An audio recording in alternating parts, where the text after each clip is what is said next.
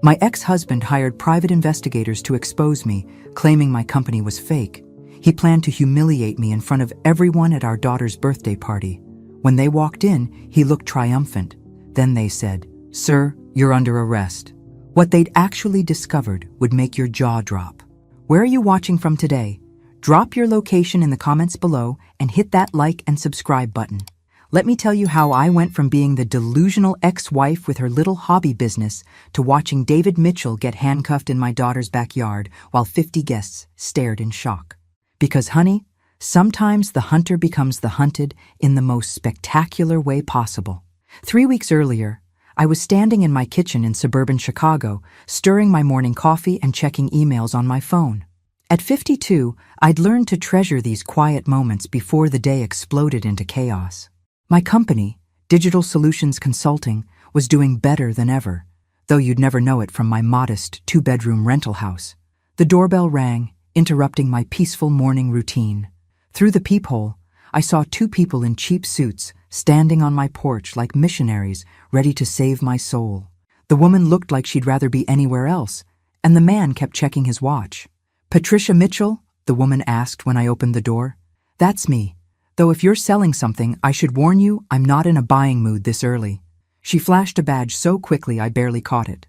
"I'm Detective Sharon Walsh. This is Detective Marcus Brown. We'd like to ask you a few questions about your business practices." Now, most people would panic at this point, but I'd spent 2 years building my company from nothing after David left me for his 26-year-old dental hygienist. I'd learned to keep my poker face even when my world was crumbling. "Business practices?" I stepped aside to let them in, noting how they both scanned my living room like they were cataloging evidence. "Would you like some coffee? I just made a fresh pot." "We're good, thanks." Detective Walsh settled onto my second-hand couch while Detective Brown remained standing, probably trying to intimidate me with his height. "Mrs. Mitchell, we've received some concerning reports about Digital Solutions Consulting." I sat across from them, cradling my coffee mug. "Concerning how?" Last I checked, helping small businesses optimize their online presence wasn't exactly a federal crime. "The reports suggest you might be operating a fraudulent business, taking money from clients without delivering services." I almost laughed. Almost. Instead, I took a slow sip of coffee and watched Detective Brown shift uncomfortably. "Who exactly made these reports?" "We're not at liberty to say, but the complainant provided detailed information about your company's alleged activities." Alleged activities. I set my mug down and leaned back. "Let me guess. Someone told you I was running some kind of scam out of my home office, taking advantage of poor, unsuspecting business owners?" Detective Walsh's expression didn't change, but I caught a flicker of something in her eyes. Doubt, maybe, or recognition that this wasn't going the way someone had promised it would. "We'd like to examine your business records," Detective Brown interjected. "Do you have a warrant?" "We were hoping for your cooperation." I smiled.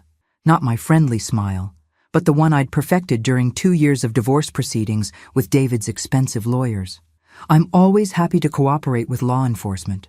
But I'm also not stupid. If you want to see my business records, come back with a warrant." They exchanged glances, clearly not expecting resistance from what someone had probably described as a desperate divorcee playing at being a businesswoman. "Mrs. Mitchell," Detective Walsh tried again, "if you're running a legitimate business, you have nothing to hide." "You're absolutely right. I have nothing to hide. But I also have rights, and I'm not waiving them just because someone with a grudge decided to waste police resources." That's when I saw it. The slight nod Detective Brown gave Detective Walsh. The way they both relaxed, just a fraction. They weren't here because they believed I was a criminal. They were here because someone had convinced them to investigate, and now they were starting to realize they'd been played. After they left, I stood at my window, watching their car disappear down the street. Someone wanted to destroy my business badly enough to file false police reports. Someone who knew enough about my life to make the allegations sound plausible. Someone who still thought I was the same broken woman who'd signed those divorce papers 2 years ago. I picked up my phone and scrolled to a number I hadn't called in months. "Jennifer? It's Mom, about Emma's birthday party this weekend. I think it's time we had a little family gathering." The conversation with my daughter went exactly as I'd expected. Jennifer had inherited her father's talent for making reasonable requests sound like personal attacks. "Mom, I really wish you'd reconsider the guest list, she said, her voice carrying that careful tone she'd developed since the divorce. Dad's bringing Amber, and you know how uncomfortable that makes everyone. I was sitting in my office, which used to be the dining room before David decided he deserved the house, and I deserved whatever scraps I could gather. 3 computer monitors displayed client dashboards, project timelines, and profit margins that would have shocked my ex-husband into an early grave. Uncomfortable for who exactly? I asked, minimizing a spreadsheet that showed this month's revenue at $43,000. Your father's the one who chose to bring his girlfriend to his daughter's birthday party. She's not his girlfriend anymore. Mom? They're engaged. The words hit like a slap, but I'd had 2 years to practice not flinching. Congratulations to them. I'll be sure to send a card. Jennifer sighed, and I could picture her rubbing her temples the way she'd done since childhood when life got complicated. Look, Dad's been saying some things about your business. He's worried you're getting taken advantage of. Worried about me? How touching. What exactly has he been saying?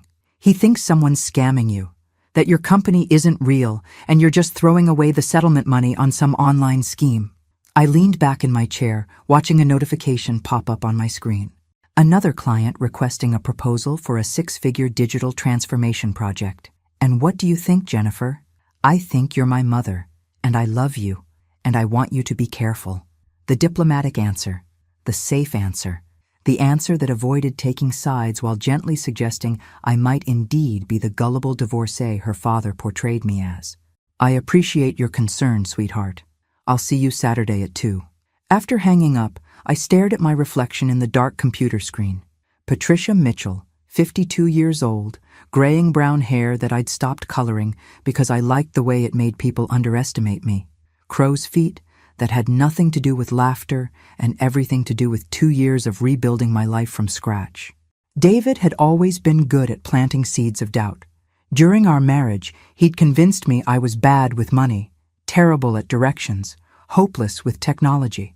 It had taken me months after the divorce to realize I could balance a checkbook perfectly well when someone wasn't constantly correcting my math. My phone buzzed with a text from an unknown number.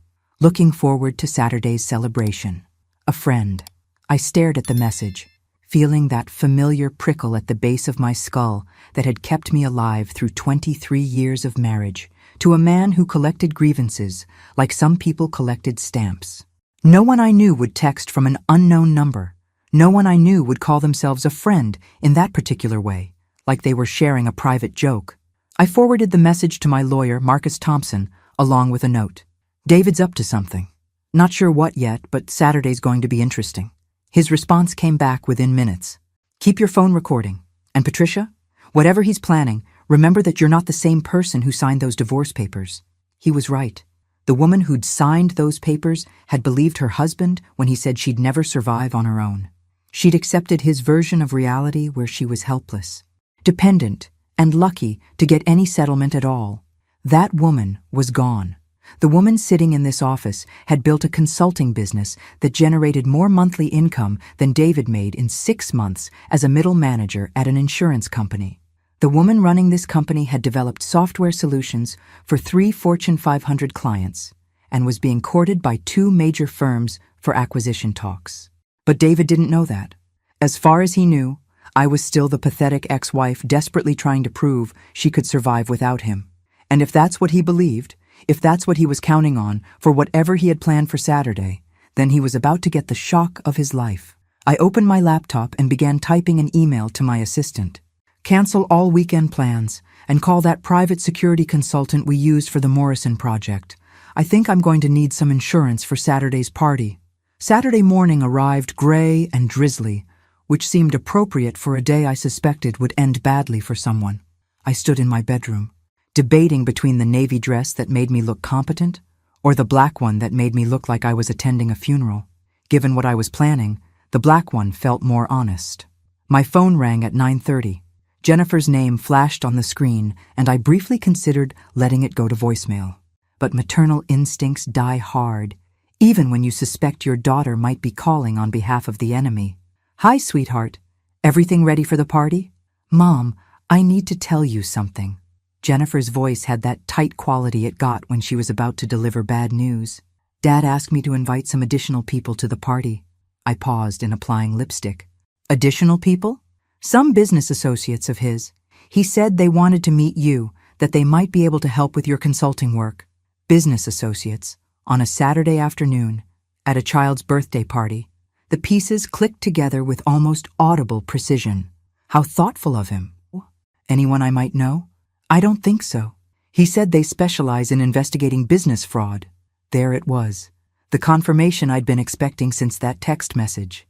David wasn't just planning to humiliate me. He was planning to do it with an audience of supposed experts who would validate his claims about my fake business. Jennifer, I said carefully, has your father ever actually seen any of my work?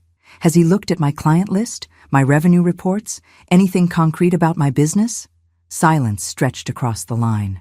Finally, Mom, you know Dad worries about you. Ever since the divorce, he's been concerned that you might be making decisions based on emotion rather than logic. The patronizing tone was pure David. 23 years of marriage had taught me to recognize his words coming out of other people's mouths. Of course he is. Well, tell him I'm looking forward to meeting his business associates. And Jennifer, make sure you have that lawyer's number I gave you last month. You might need it sooner than you think. I hung up before she could ask what I meant. By 1:30, I was dressed, armed with a folder full of documents, and sitting in my car outside Jennifer's house. The modest suburban home looked exactly like what it was. Young family trying to make ends meet on a teacher's salary and whatever Jennifer's husband brought in from his accounting firm. 3 cars I didn't recognize were parked on the street. 2 looked like rental cars, the kind visiting investigators might use. The third was a black SUV with tinted windows that screamed security consultant. I smiled. Apparently, I wasn't the only one who'd decided to bring backup. The front door opened before I could ring the bell. Jennifer appeared, looking harried and wearing the fixed smile she'd perfected as a kindergarten teacher. Mom, you're here. Come in. Everyone's out back.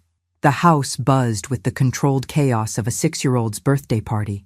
Kids ran between rooms while parents clustered in small groups, trying to have adult conversations over the sound of what might have been either laughter or screaming. Patricia! David's voice carried across the living room like fingernails on a chalkboard.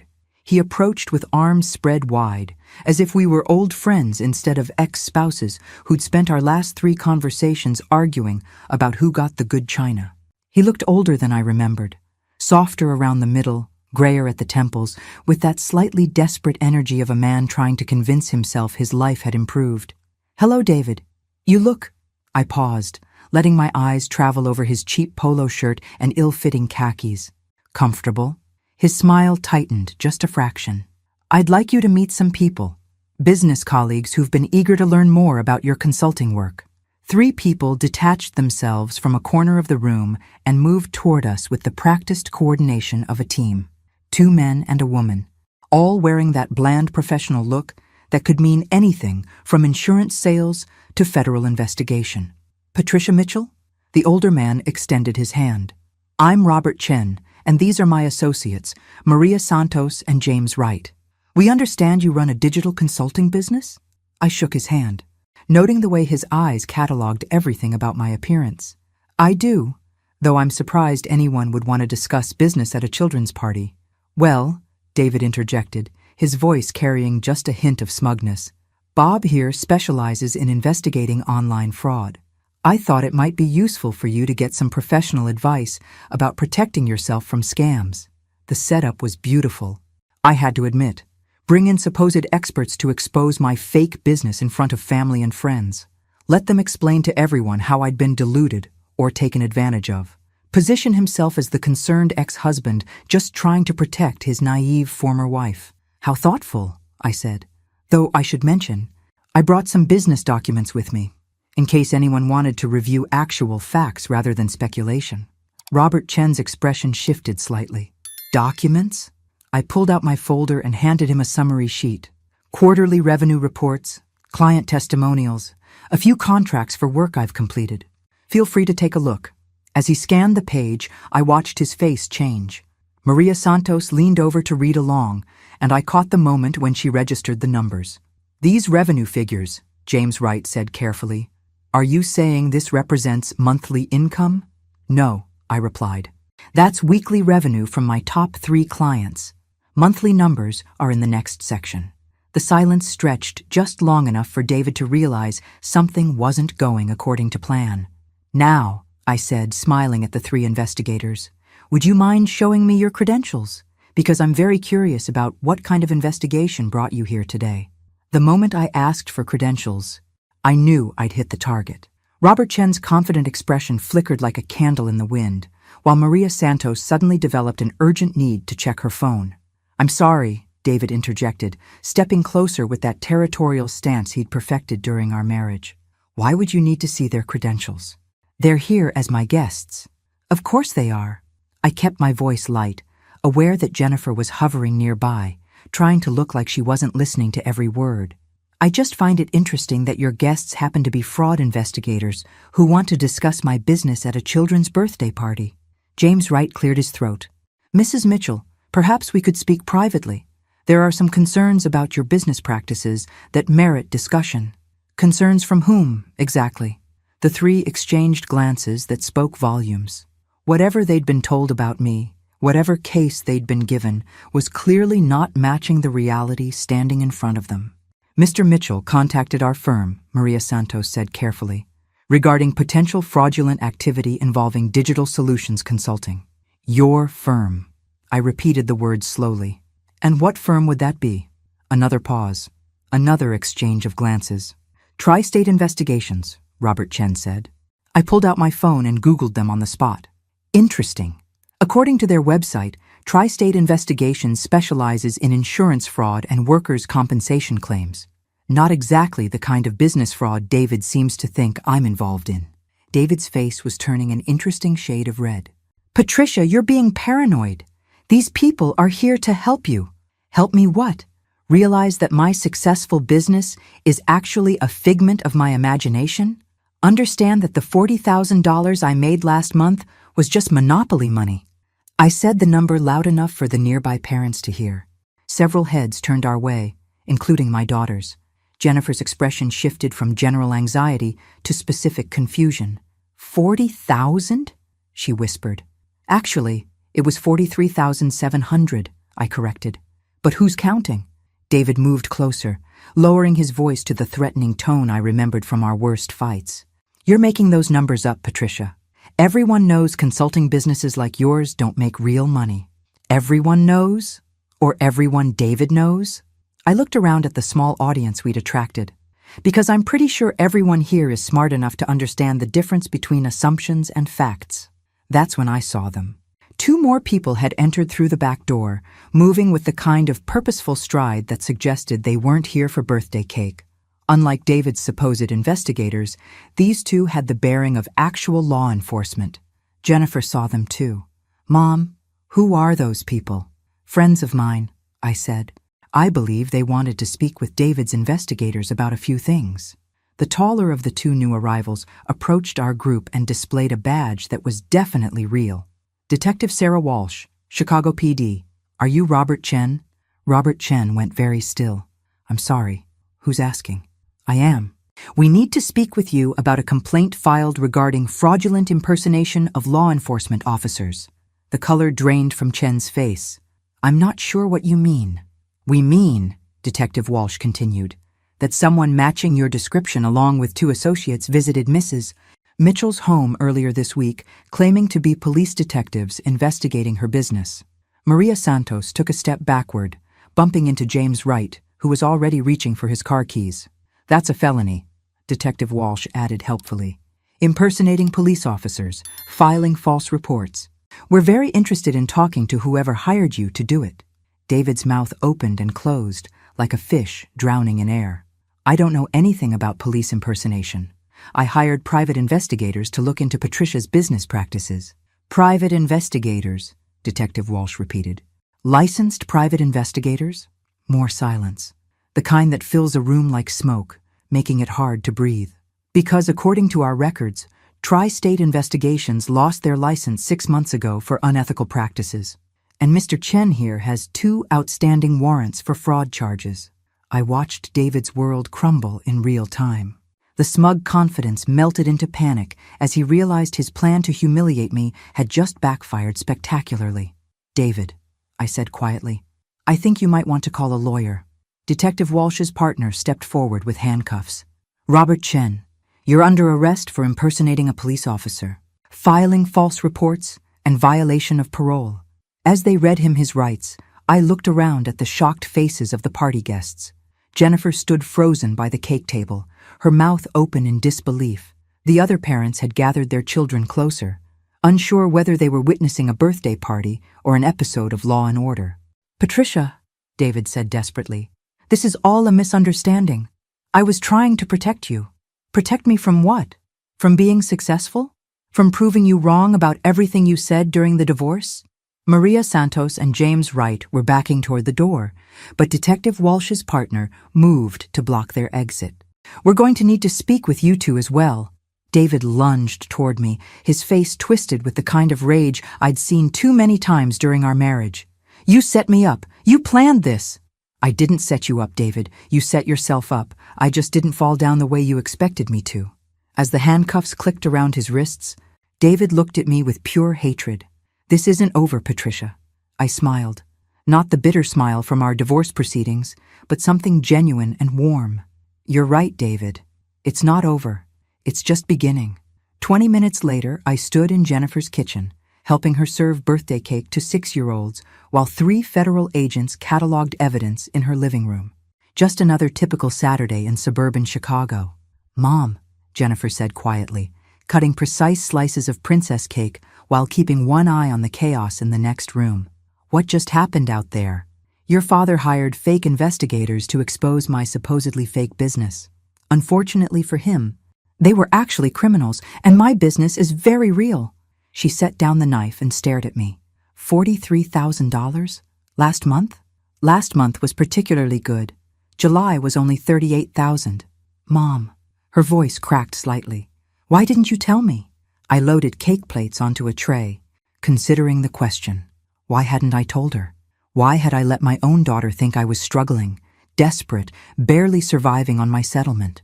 "Because I wanted to see who would support me when they thought I had nothing," I said finally. "And who would only care once they realized I had something." Jennifer flinched, as if I'd slapped her.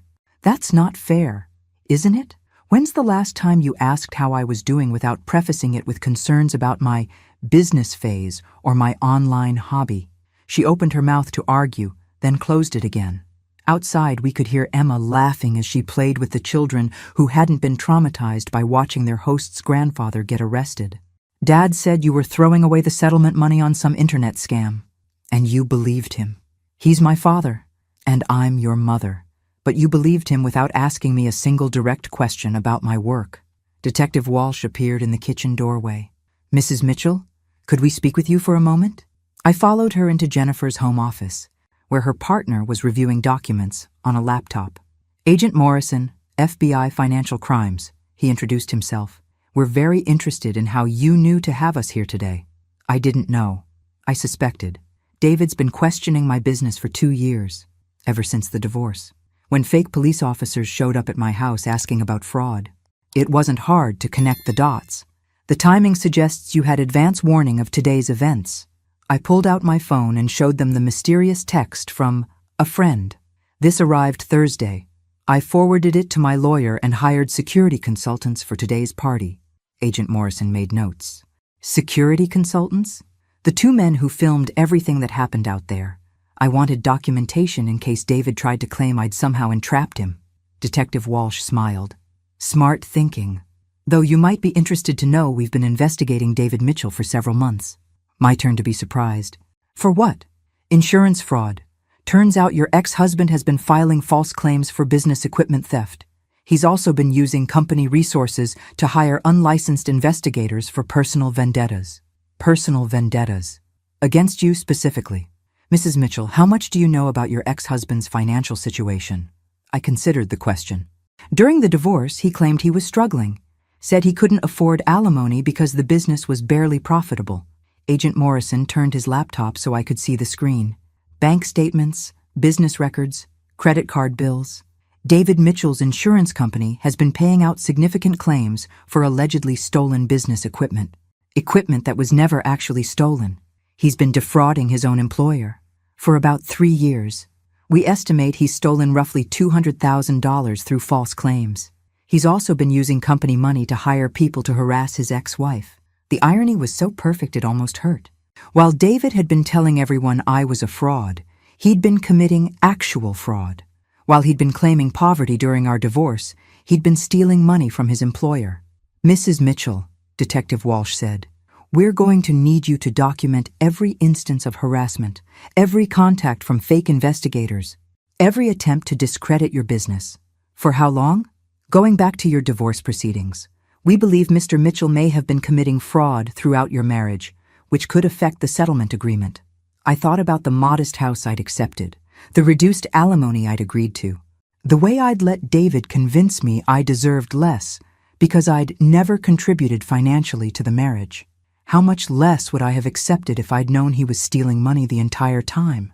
That's exactly what we're going to find out."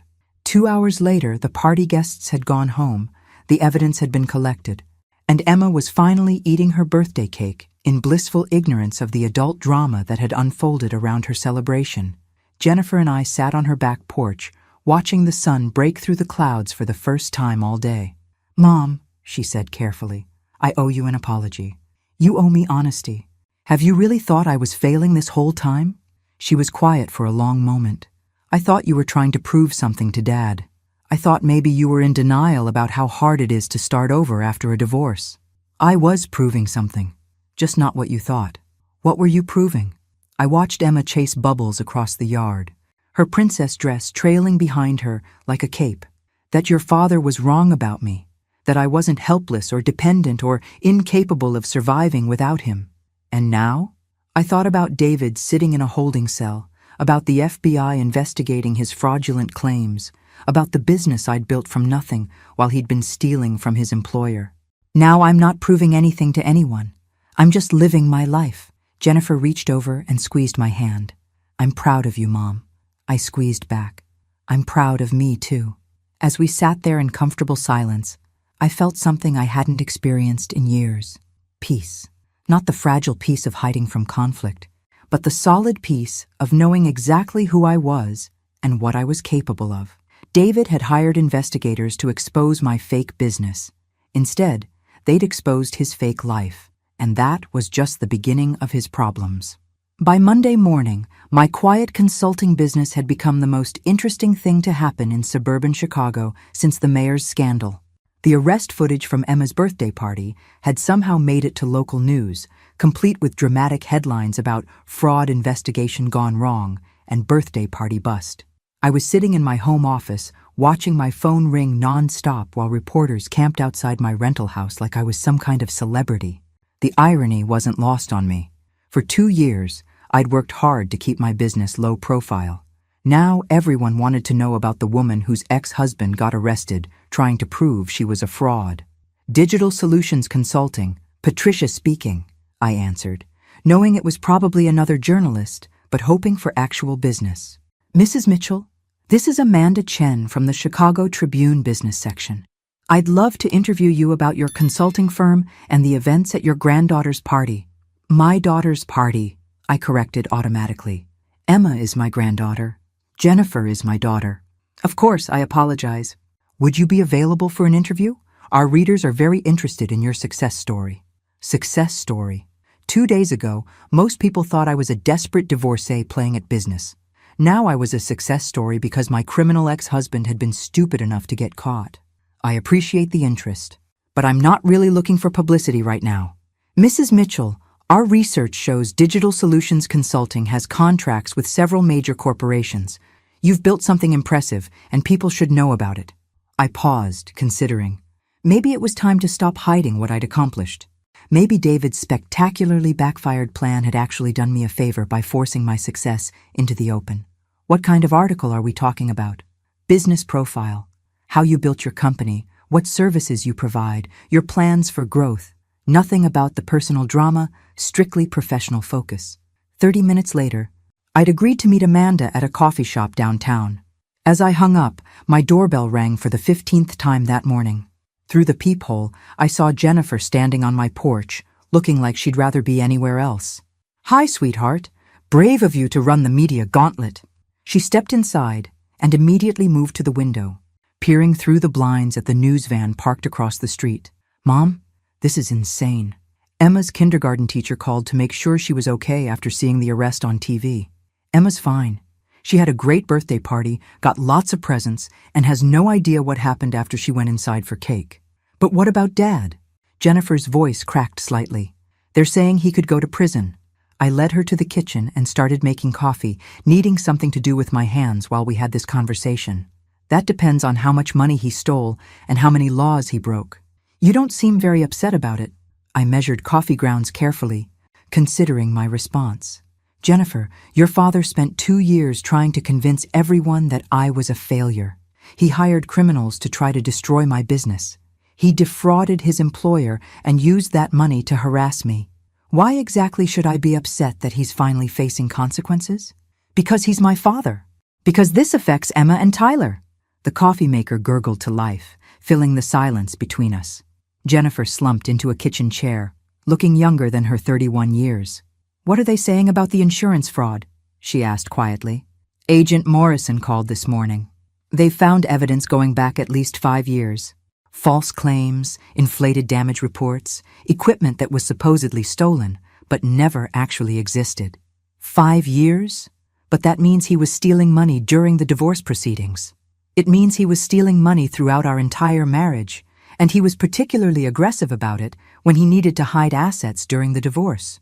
Jennifer stared at her hands. "Mom, if Dad was making all that money illegally, then the settlement was based on fraudulent financial information." "Yes. What does that mean?" I poured 2 cups of coffee and sat across from my daughter.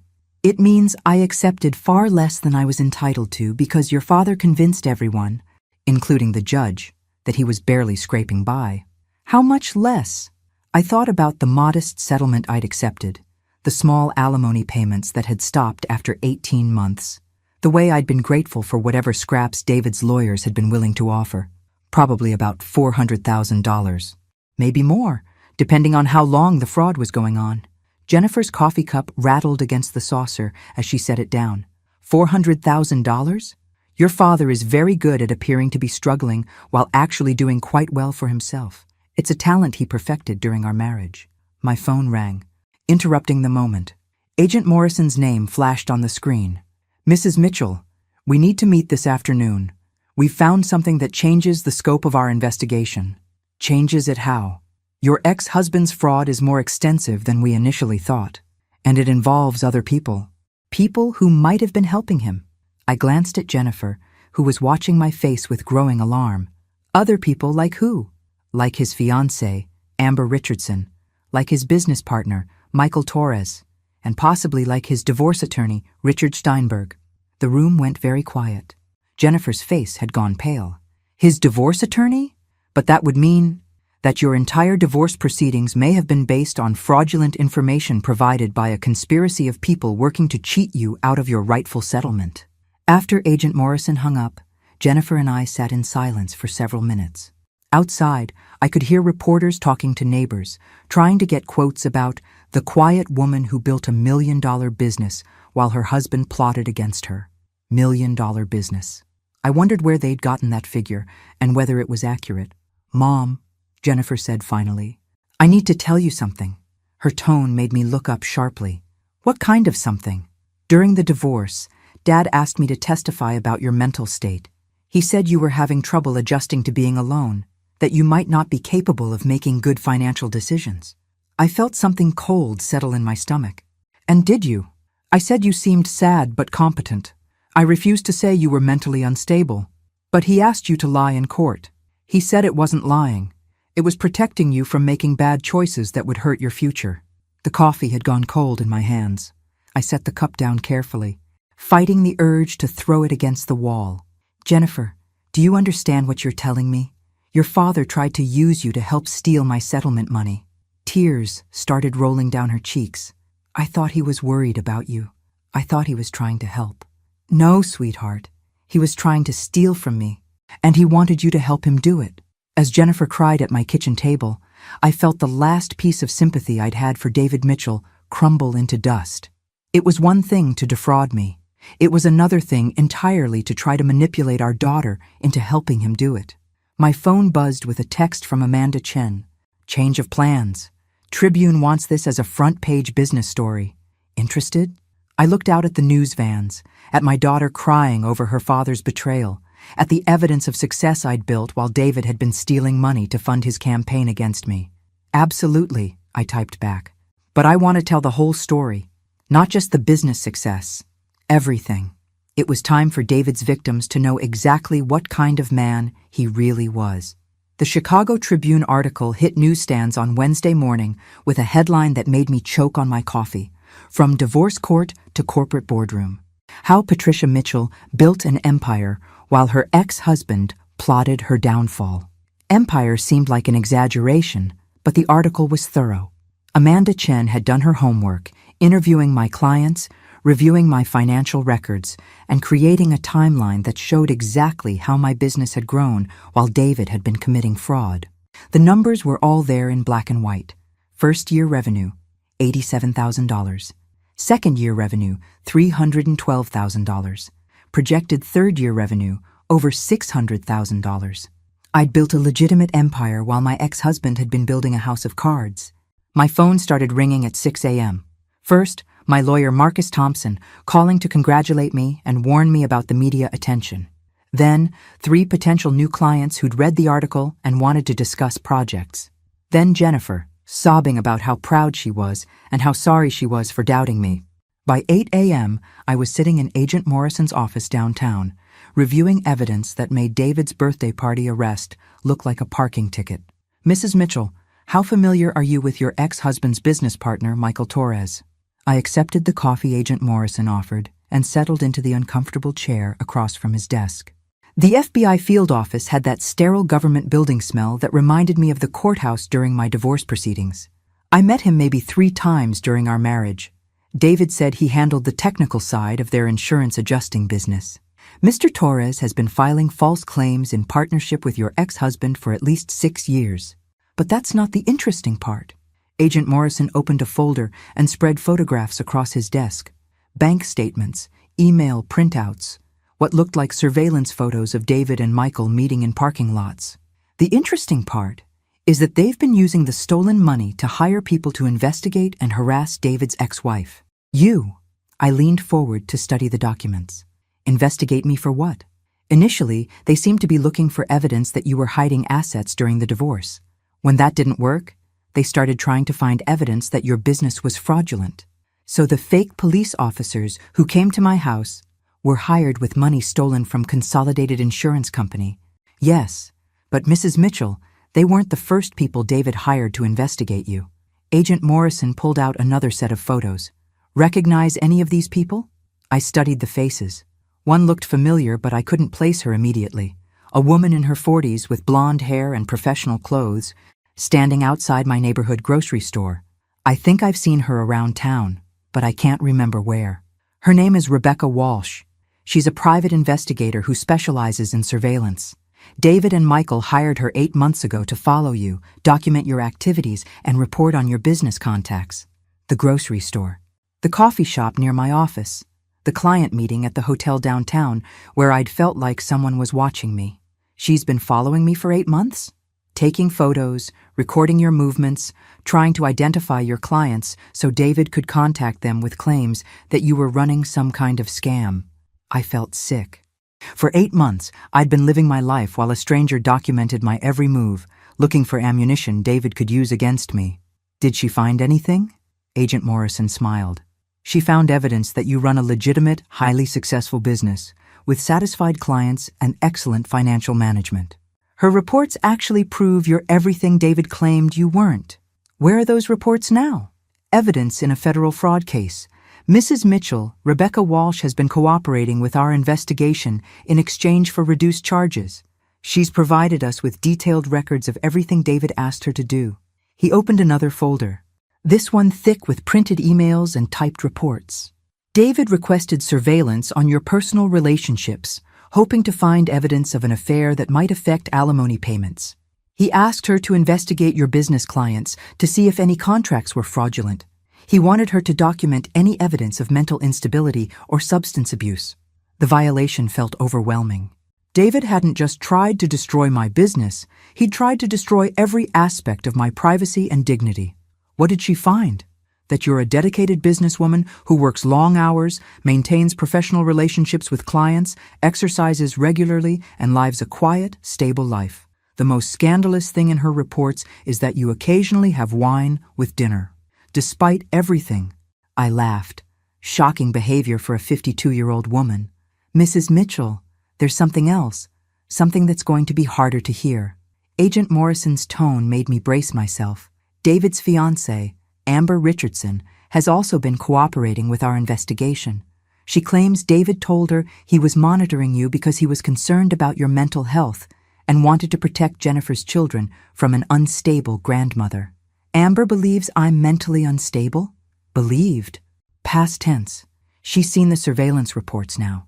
She knows David lied to her about your condition, your business, and your relationship with your daughter. I thought about Amber Richardson, the 26-year-old dental hygienist who'd broken up my marriage, the woman who'd been planning to marry David while he used stolen money to stalk his ex-wife. How is she taking the news that her fiancé is a criminal? Not well. She's ended the engagement and moved out of his apartment. She's also provided us with recordings of conversations where David discussed his plans to prove you were incompetent to manage money. Agent Morrison handed me a transcript. David's voice, captured on Amber's phone during what had apparently been a romantic dinner. Once I prove Patricia's business is fake, I can petition the court to modify the settlement. If she's demonstrably incompetent with money, I might be able to get most of it back. She never deserved that much anyway. I read the transcript twice, feeling a familiar rage building in my chest. Even after our divorce was final, even after I'd rebuilt my life completely, David had been planning to take away what little I'd managed to keep. There are 17 recordings like this, Agent Morrison said quietly. Amber thought she was helping him protect his family. She didn't realize she was documenting conspiracy to commit fraud. As I left the FBI building 2 hours later, I had copies of surveillance reports that proved my competence, recordings that proved David's malice, and financial documents that showed the extent of his theft. I also had a court date. The FBI's evidence had convinced a federal judge to freeze all of David's assets pending trial. But more importantly, it had convinced a family court judge to review our divorce settlement for fraud. Marcus Thompson called as I was driving home. Patricia, I've been reviewing the FBI evidence. If we can prove the divorce proceedings were corrupted by David's fraudulent financial disclosures, we might be able to void the entire settlement agreement. What would that mean? It would mean you'd be entitled to half of everything David actually owned, including money he stole and hid from the court. I pulled into my driveway, where the news vans were still parked, but the reporters had mostly given up trying to get me to comment. How much money are we talking about? Based on the FBI's financial analysis?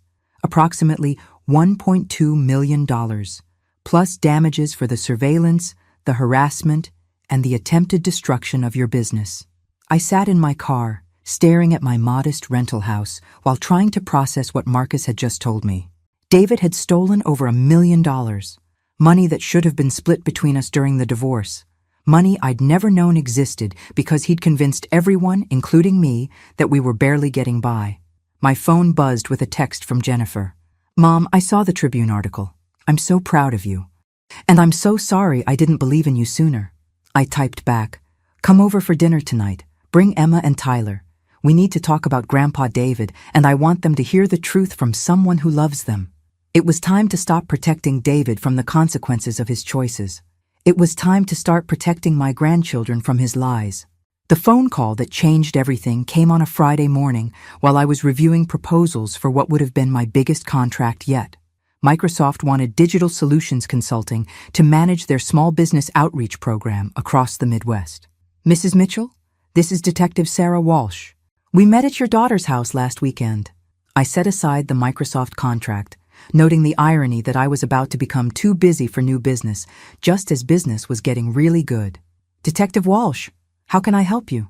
We need you to come in for an interview. There's been a development in your ex-husband's case. What kind of development? The kind that involves additional charges and more victims. Mrs. Mitchell, David's fraud is bigger than we initially thought. Much bigger. 2 hours later, I was sitting in an interview room that smelled like industrial coffee and broken dreams, listening to Detective Walsh explain how my ex-husband had managed to steal over $2 million from multiple insurance companies while simultaneously destroying the lives of several other women. Patricia, may I call you Patricia? Your ex-husband has been running this scheme for almost 8 years. He identifies women going through divorces, typically women with assets or successful businesses, and he systematically works to destroy their credibility. She spread files across the table. Photos of women who looked eerily similar to me. Professional women in their 40s and 50s, all recently divorced, all looking slightly shell-shocked. Meet Linda Torres, Marjorie Chen, and Susan Wright, all divorced from business partners of your ex-husband, all investigated by the same fake police officers who visited you. All had their businesses attacked by the same fraudulent private investigators. I studied the photos, feeling sick. He's done this to other people? Linda Torres lost her accounting practice because clients believed she was under investigation for embezzlement. Marjorie Chen had to shut down her catering business after rumors spread that she was operating without proper licenses. Susan Wright filed for bankruptcy after her consulting firm's reputation was destroyed by allegations of fraud. And David profited from this, how? Detective Walsh opened another file. In each case, the women's ex-husbands used the manufactured scandals to petition for modified divorce settlements. They claimed their ex-wives were mentally unstable, financially irresponsible, or criminally involved. In most cases, the women ended up returning significant portions of their settlements. The room felt too small, too hot. How much money? Linda Torres returned $400,000. Marjorie Chen returned $250,000. Susan Wright lost her house, her business, and her retirement savings. She's currently living with her daughter and working as a grocery store cashier. I thought about Susan Wright, a successful businesswoman reduced to bagging groceries because my ex-husband had orchestrated her destruction. Why didn't they fight back? Because they were isolated, exhausted, and facing what appeared to be legitimate law enforcement investigations. By the time they realized what was happening, their reputations were destroyed and their money was gone. Detective Walsh leaned forward. Patricia, you're the first woman who didn't break. You're the first one who fought back effectively enough to expose the whole scheme. I'm the first one who got lucky enough to have real investigators show up before the fake ones could finish their job. No, you're the first one who was smart enough to document everything, savvy enough to hire your own investigators, and strong enough to call their bluff in front of witnesses. She handed me another file. These are the recordings your security consultants made at the birthday party. But Patricia, they also recorded something else. A transcript of a phone conversation between David and Michael Torres, captured by surveillance equipment while they waited for the party to start. David, she's going to be humiliated in front of everyone. After today, no one will believe her business is real. Michael, what if the investigators can't prove anything? David, they don't have to prove anything. They just have to make her look crazy for claiming she makes $40,000 a month consulting. Everyone knows women like Patricia don't build real businesses. Michael, and then? David, then I petition to have the settlement modified based on her demonstrated financial incompetence, just like we did with Linda and Marjorie. Women like Patricia, I repeated. Women like me don't build real businesses. David and his partners have been stealing from successful divorced women for 8 years, Detective Walsh said, using their ex-husband's insider knowledge to target them, destroy them, and steal from them. How many women? 7 that we know of, probably more that haven't come forward yet. I thought about Linda Torres, Marjorie Chen, Susan Wright, and 4 other women whose lives had been destroyed so David could steal their money. What happens now? Now you testify. Not just about what David did to you, but about the pattern of behavior that victimized multiple women. Patricia, your case is the key to prosecuting a conspiracy that's destroyed dozens of lives. Detective Walsh gathered the files. There's something else. The FBI has been investigating insurance fraud in this region for 2 years. Your ex-husband's arrest opened up a much bigger case involving organized fraud across multiple companies. How much bigger? The initial estimate was $2 million stolen from insurance companies. The current estimate is over $15 million, involving 12 different conspirators across 4 states. $15 million. David hadn't just been stealing from me. He'd been running a criminal enterprise that destroyed women's lives for profit. As I left the police station, I felt something I hadn't expected. Relief. For 2 years, I'd wondered if I was being paranoid about David's behavior. If I was imagining the surveillance, the harassment, the systematic attacks on my credibility. Now I knew I hadn't been paranoid enough. My phone rang as I reached my car. Jennifer's number. "Mom, I just got off the phone with Tyler's school counselor. Someone called them claiming to be investigating you for child endangerment. They wanted to know if Tyler had mentioned anything about Grandma Patricia acting strangely." I closed my eyes, feeling the familiar rage build. Even now, even while sitting in jail, David was still trying to destroy me. What did the school tell them? That they'd never received any reports of problems, and that Tyler talks about you constantly with obvious affection. But Mom, whoever called, knew details about our family. They knew Tyler's full name, his teacher's name, his class schedule. "Jennifer, I need you to bring the kids to my house tonight. All of you. Pack bags for the weekend." "Why?" "Because David's criminal partners are still free, and they have detailed surveillance information about our entire family. Until the FBI arrests all of them, none of us are safe." As I drove home, I realized the birthday party arrest had just been the opening move. David and his partners had spent 8 years perfecting the art of destroying women like me. But they'd made one crucial mistake. They'd assumed I would break the way the others had broken. They were about to learn how wrong they were. The revelation that changed everything came not from the FBI, not from Detective Walsh, not from any official investigation. It came from a cardboard box in my garage that I'd been avoiding for 2 years. Jennifer had brought it over after cleaning out David's home office following his arrest. "Mom, there might be important financial documents in here. The FBI said you should review everything before Dad's assets get permanently frozen." I'd planned to go through it systematically, but life had been chaotic with reporters, legal proceedings, and the constant stream of new clients who'd read about my business in the Tribune. The box had sat unopened for 3 days. Friday evening, after Jennifer and the kids had gone home, I finally opened it. Most of the contents were what I'd expected: old tax returns, insurance policies, business correspondence. But at the bottom, wrapped in a manila envelope and marked "Personal Private," was something that made my blood run cold. A journal. David's journal, dating back 12 years. The early entries were mundane complaints about work, money, our marriage. But as I read deeper, a pattern emerged that made me understand exactly how long David had been planning my destruction. March 15th, 11 years ago. Patricia thinks she's so smart with her part-time bookkeeping job. Acts like helping Mrs. Chen with her taxes makes her some kind of financial expert. She has no idea how real business works. June 8th, 10 years ago. Patricia mentioned taking some computer classes. She thinks she can learn consulting from community college courses. It's almost cute how naive she is. September 22nd, 9 years ago. Met with Richard Steinberg today about asset protection strategies. He says the key is establishing a pattern of financial irresponsibility before filing for divorce. Patricia's little computer hobby could actually be useful. Let her think she's building a business, then use her inevitable failure as evidence of poor judgment. I had to stop reading. The journal was shaking in my hands. David had been planning our divorce and my financial destruction for 9 years. He'd encouraged my business education, my computer training, my early consulting work, not because he supported me, but because he was documenting my inevitable failure to use against me later. August 14th, 8 years ago.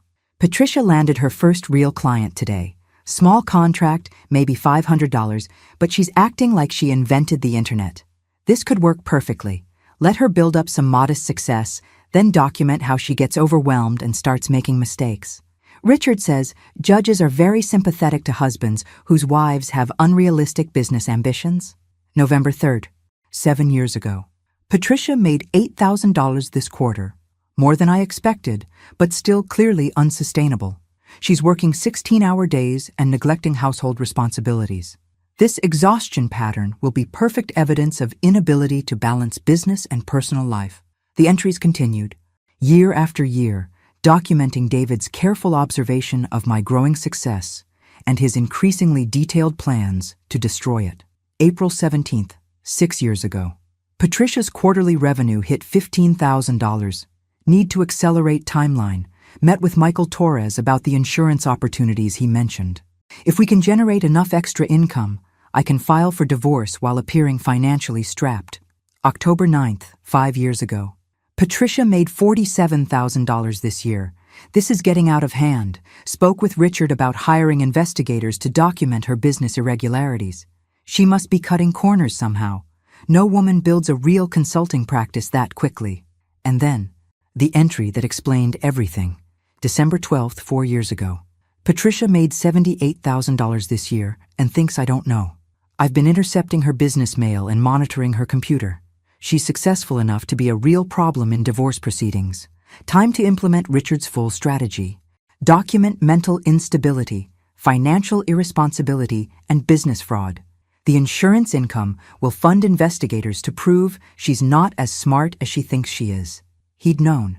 For years, David had known exactly how successful my business was.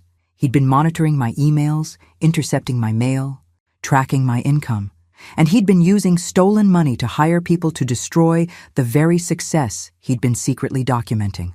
The final entries were the most devastating.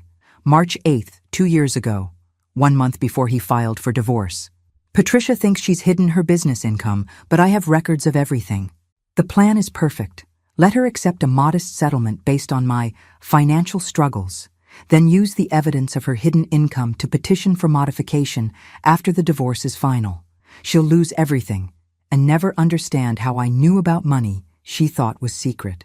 But the last entry was dated just 6 months ago. January 15th, this year. Patricia's business made $300,000 last year. The surveillance confirms she has major corporate clients. Time for the final phase. Destroy her credibility completely so she loses everything and comes crawling back. No woman should be more successful than her ex-husband. I sat in my garage, surrounded by the detritus of my former life, holding evidence that my entire marriage had been a lie. For 12 years, David had been planning to destroy me. He'd encouraged my education and my business development specifically so he could document my inevitable failure. Except I hadn't failed. I'd succeeded beyond his ability to explain away or discredit. So he'd escalated from planning to use my failure against me to actively trying to create that failure through criminal harassment. My phone buzzed with a text from Marcus Thompson. Patricia, call me immediately. The FBI wants to meet first thing Monday. They've found something that changes everything about your case. I looked at the journal in my hands, understanding exactly what they'd found. Someone else had discovered David's detailed plans, probably through a search warrant on his computer or office. But I had the original handwritten evidence. 12 years of premeditated conspiracy to defraud me, documented in David's own words, with dates and details that would make it impossible for him to claim his actions were spontaneous or defensive. I took photos of every page, uploaded them to a secure server, and emailed copies to Marcus, Agent Morrison, and Detective Walsh. Then I called Jennifer. Sweetheart, I need you to come over right away. Bring Mark if you can. There's something you need to see about your father. Mom, it's 10 o'clock at night. Can't this wait until tomorrow? Jennifer, I just found proof that your father has been planning to destroy my life since before you graduated high school. No, this cannot wait until tomorrow. 2 hours later, Jennifer sat in my living room, reading entries from her father's journal while her husband Mark paced behind the couch like a caged animal. He planned this for 12 years? Her voice was barely a whisper. He encouraged my education so he could document my failure. He supported my business development so he could prove I was irresponsible. He monitored my success so he could steal it more effectively. Mark stopped pacing. Jennifer, your father is a sociopath. This level of long-term manipulation and planning. Normal people don't do this. Jennifer looked up at me with tears in her eyes. Mom, how did you survive being married to someone who was documenting your every move for 12 years? I thought about all the times David had seemed supportive of my education, encouraging about my business development, interested in my client work. All of it had been intelligence gathering for his long-term plan to destroy me. I survived because I didn't know. If I'd known he was planning my destruction for 12 years, I probably would have given up before I started. What happens now? I looked at the journal, at the evidence of 12 years of premeditated conspiracy, at the detailed plans to destroy not just my business, but my relationship with my children and grandchildren. Now your father learns that some women are stronger than he calculated, and some plans backfire more spectacularly than others.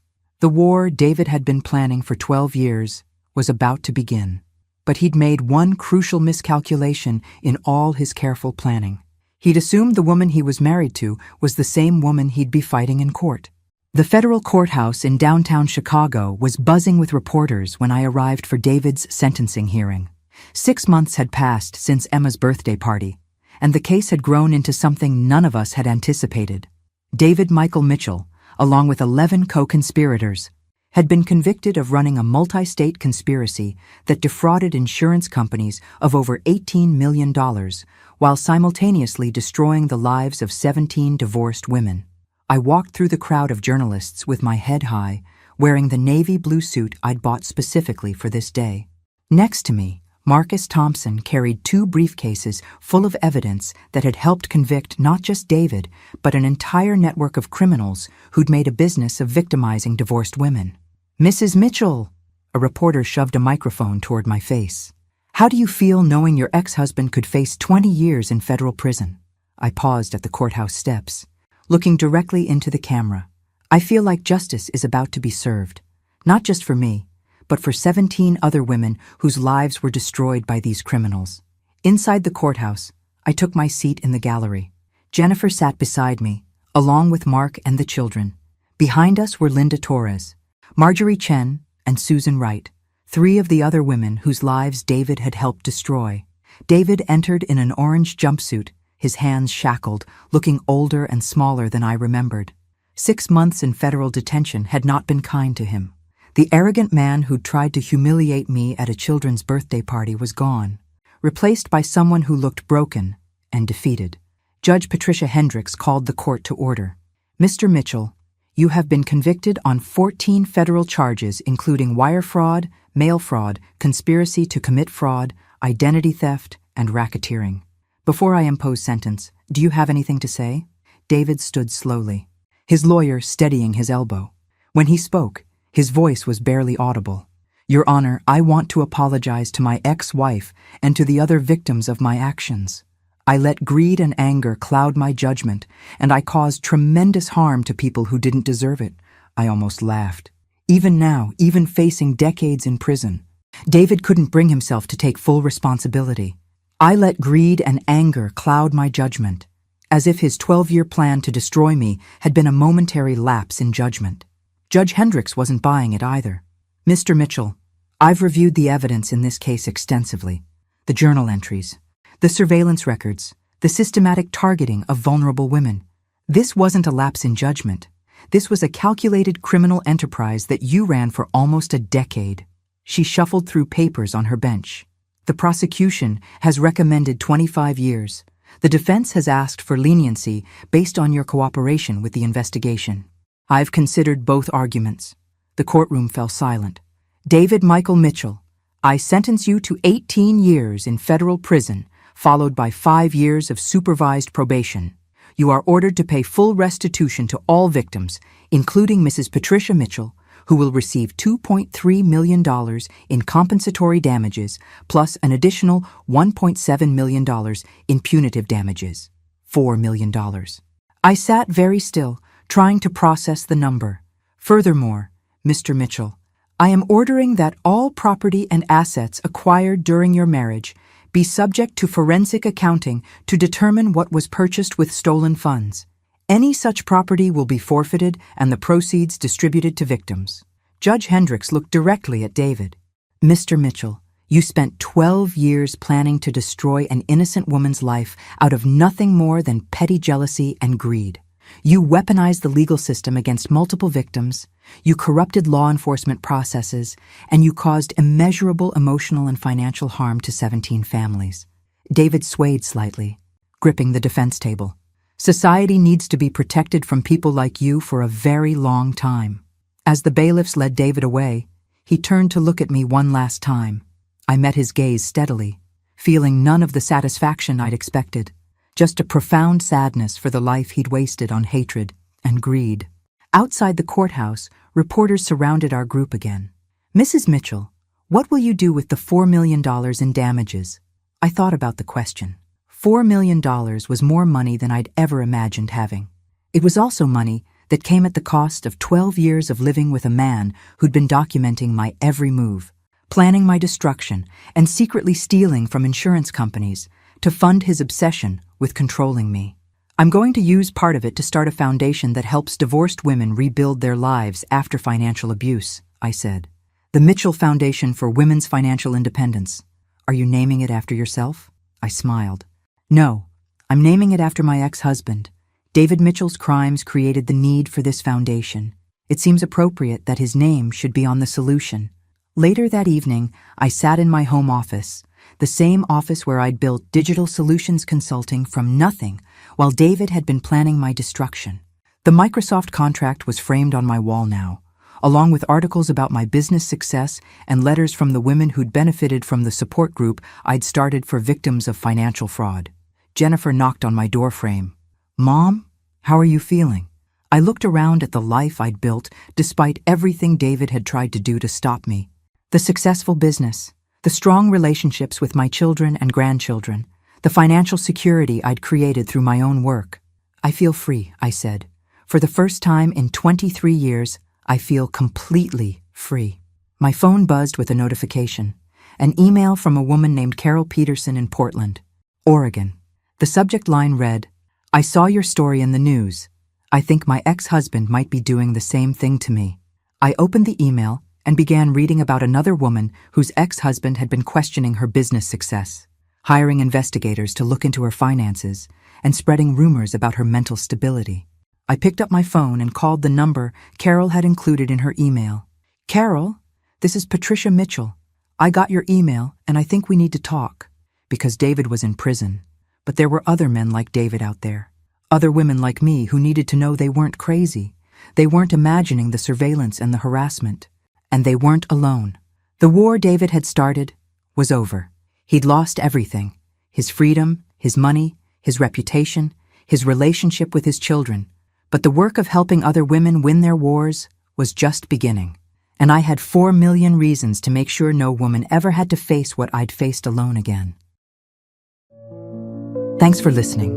Don't forget to subscribe and feel free to share your story in the comments. Your voice matters.